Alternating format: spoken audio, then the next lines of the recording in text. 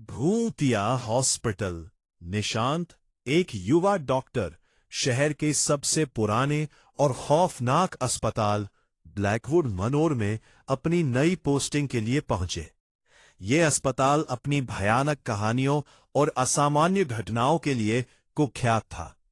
जैसे ही निशांत ने अस्पताल के बड़े जंग लगे लोहे के गेट से प्रवेश किया, एक ठंडी हवा का झोंका उनके चेहरे से टकराया, जैसे अस्पताल उन्हें अंदर आने की चेतावनी दे रहा हो।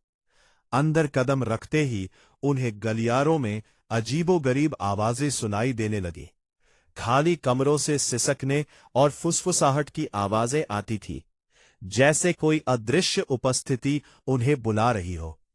निशांत ने अपनी पहली रात ड्यूटी पर बिताई। आधी रात को उन्हें एक मरीज के कमरे से चीखने की आवाज सुनाई दी। जब वहां पहुंचे तो उन्होंने देखा कि मरीज बिस्तर पर बेहोश पड़ा था और उसके चारों ओर एक काली परछाई मंडरा रही थी। निशांत ने भागने की कोशिश की, लेकिन अस्पताल के दरवाजे अपने आप बंद हो गए। उन्हें एहसास हुआ कि वे अब इस अस्पताल के मायाजाल में फंस चुके हैं। अगली रात निशांत ने अस्पताल के इतिहास की पड़ताल करने का फैसला किया। उन्होंने पुरानी फाइलों और दस्तावेजों को खंगाला।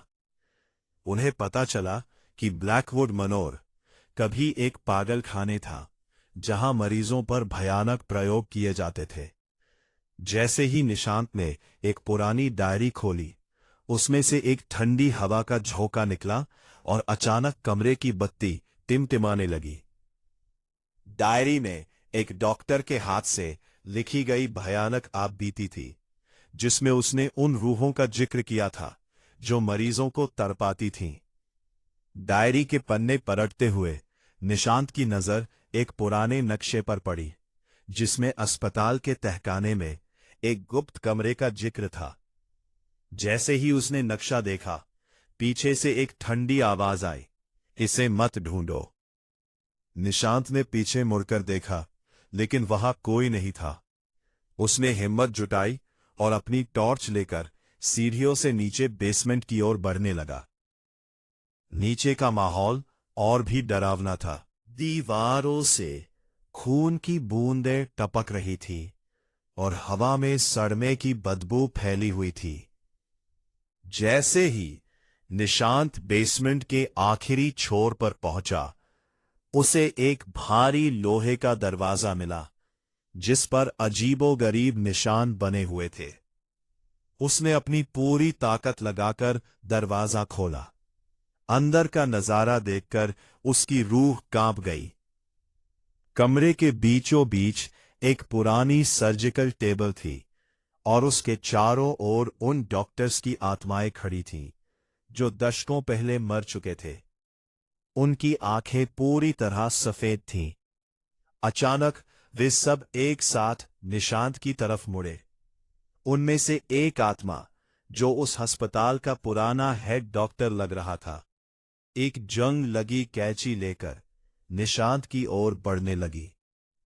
निशांत को समझ आ गया कि वे उसे भी उन्हीं मरीजों की तरह एक प्रयोग बनाना चाहते थे। निशांत पागलों की तरह वापस सीढ़ियों की ओर भागा, लेकिन परछाइयां उसका पीछा कर रही थीं। वह चिल्ला रहा था, पर उसकी आवाज दीवारों के बीच ही दबकर रह गई। जैसे ही वह मुख्य गेट के पास पहुंचा, उसने देखा कि गेट पर कोई ताला नहीं था, लेकिन फिर भी वह उसे खोल नहीं पा रहा था, जैसे कोई अदृश्य शक्ति उसे रोक रही हो।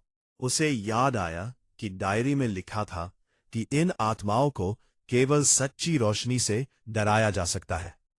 उसने अपनी जेब से माचिस निकाली और पास पड़े पुराने पर्दों में आग लगाया। आग की लपटें देखते ही वे रूहें चीखते हुए पीछे हटने लगी। निशांत ने अपनी पूरी जान लगाकर कंधे से दरवाजे को धक्का दिया और बाहर खुली हवा में गिर पड़ा। जब उसने पीछे मुड़कर देखा तो अस्पताल पूरी तरह शांत था और वहां आग का कोई नामो निशान नहीं था। सब कुछ एक डरावना भ्रम था, लेकिन उसके हाथ पर अभी भी उस रूहानी कैंची का एक ताज़ा घाव मौजूद था।